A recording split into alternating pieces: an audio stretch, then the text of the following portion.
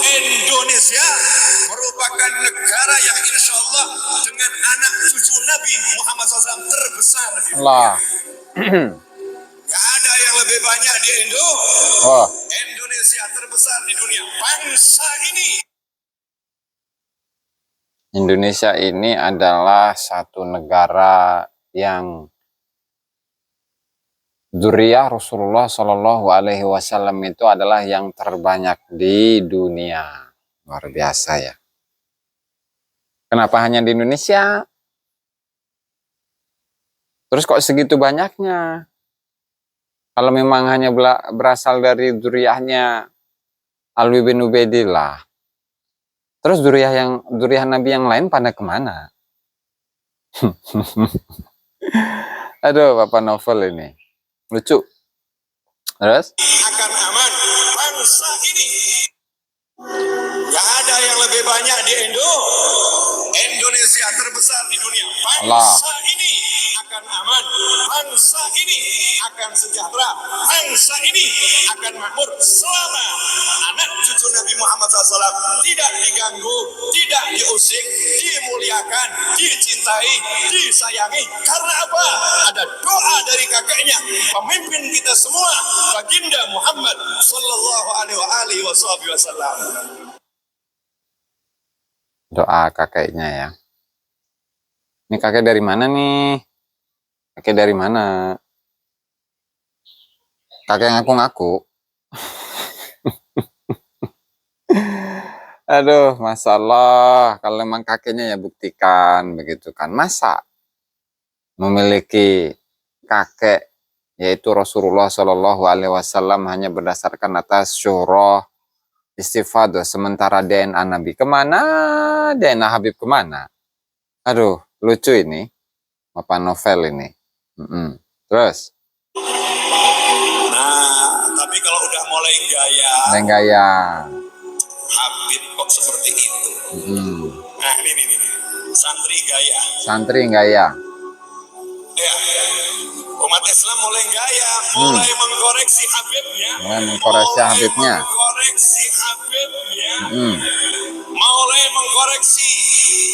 mengkoreksi ulama-ulama dari anak cucu Nabi Muhammad SAW.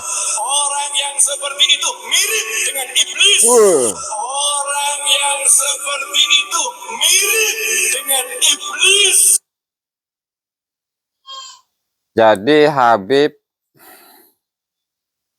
baik itu Habib yang bodoh, baik itu Habib yang alim, tidak boleh dikoreksi. Kayak Nabi aja ya. Kayak Nabi aja itu.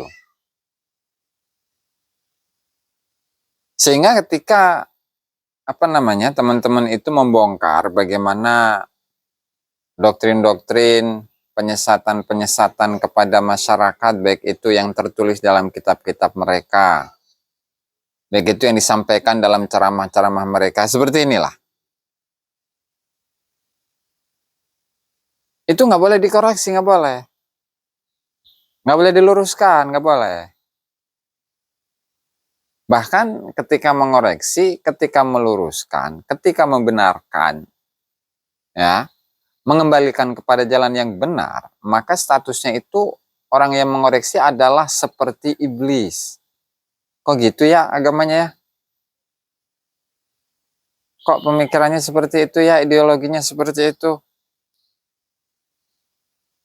Sementara Ibnu Abbas radhiyallahu taala anhuma itu menyatakan, kullun magbulun minhu wa mardudun alaihi illa sahib hadzal qabr. Kata Sayyidina Ibnu Abbas, beliau menyatakan semuanya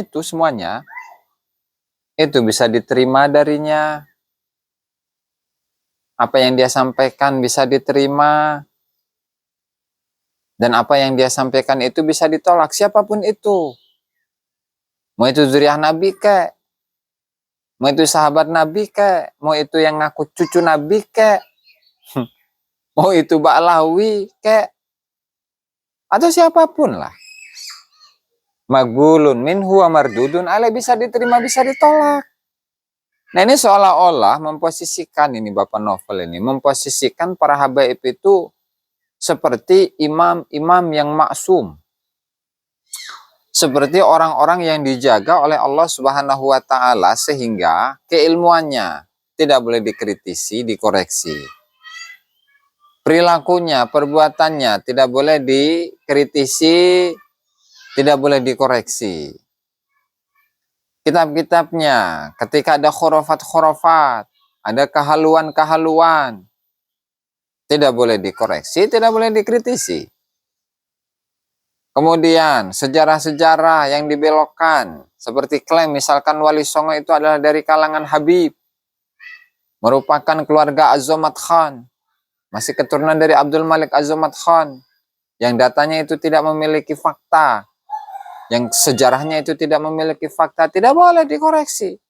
Kenapa? Karena yang menulis itu adalah para habaib. Dan habaib itu tidak boleh dikoreksi. Nggak boleh dikoreksi, nggak boleh dikritisi, karena yang mengkoreksi dan mengkritisi itu akan berubah statusnya menjadi seorang iblis. Pedas, ngeri ya, ngeri. Ini emang nggak pada sadar nih, teman-teman. Emang nggak pada sadar. Jadi memposisikan para habib-habib ini seperti Nabi Muhammad. Padahal Ibnu Abbas sendiri sudah menyatakan, ya semua orang itu bisa diterima, bisa ditolak, kecuali Rasulullah Shallallahu Alaihi Wasallam. Kalau Rasulullah mah iya, Rasulullah mah. Tapi kalau Habib, udah mah bukan cucu Rasulullah, tidak terkonfirmasi secara catatan, tidak terkonfirmasi secara genealogi, secara genetik, DNA. Ini masih dengan PD-nya, masih dengan PD-nya, menyatakan diri bahwa para habaib, baik itu yang ulamanya, baik itu yang bukan ulamanya, itu tidak boleh dikritisi, tidak boleh dikoreksi, dan bahkan yang mengoreksi itu disebut sebagai iblis. Justru sifat-sifat yang seperti itulah yang dia itu selalu merasa benar, ya kan? Merasa benar, merasa suci, merasa dalam darahnya itu terdapat darah Nabi Muhammad Sallallahu Alaihi Wasallam. Dalam dirinya terdapat darah suci, darah Nabi Muhammad Sallallahu Alaihi Wasallam. Sementara tes DNA nggak mau. Itulah justru sifat-sifat yang seperti itu adalah sifat iblis.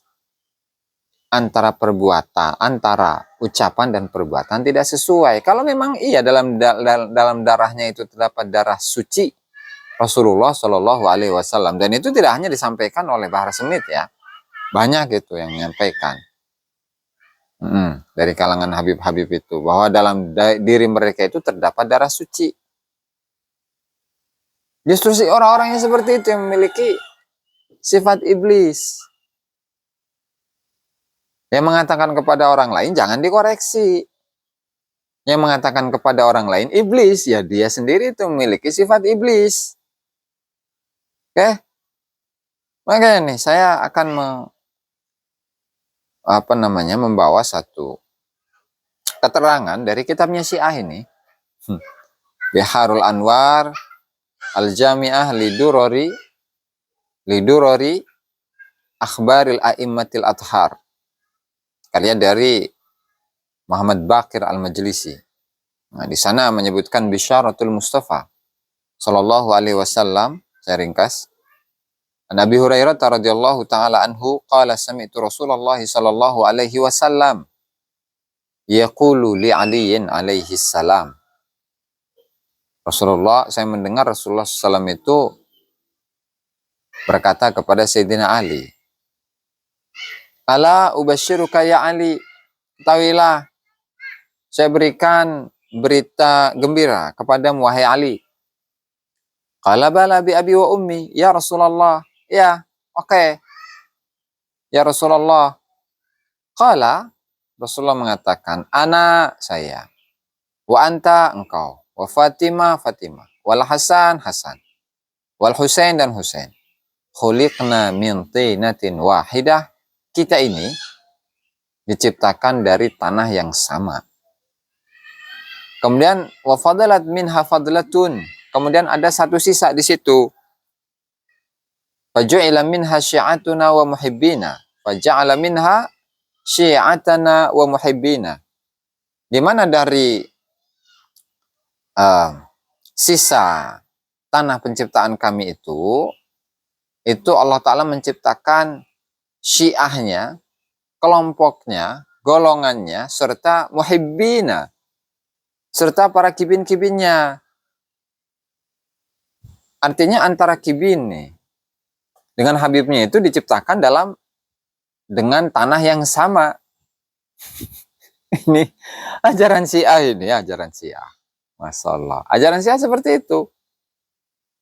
Sehingga ketika menyatakan diri bahwa para Habib itu tidak boleh dikoreksi, tidak boleh dikritisi, harus dicintai, tidak boleh dibully, ya, harus dimuliakan, harus diagung-agungkan, harus dihormati.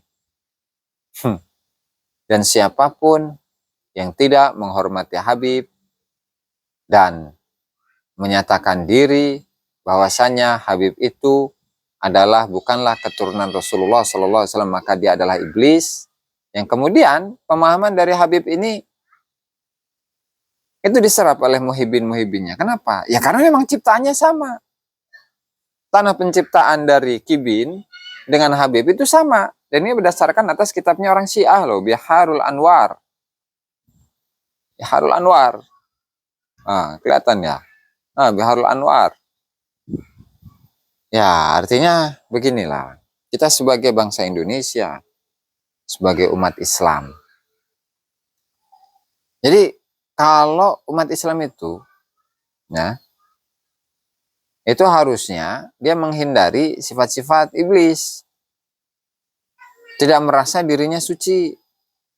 Tidak merasa dirinya mulia. Apalagi diminta kepada orang lain, ya, memerintahkan orang lain agar dia dicintai. Dan siapapun yang tidak mencintai, kemudian disifati dengan sifat iblis, ya maka iblis yang sebenarnya adalah dirinya. Allahumma fiqil akum. Assalamualaikum warahmatullahi wabarakatuh.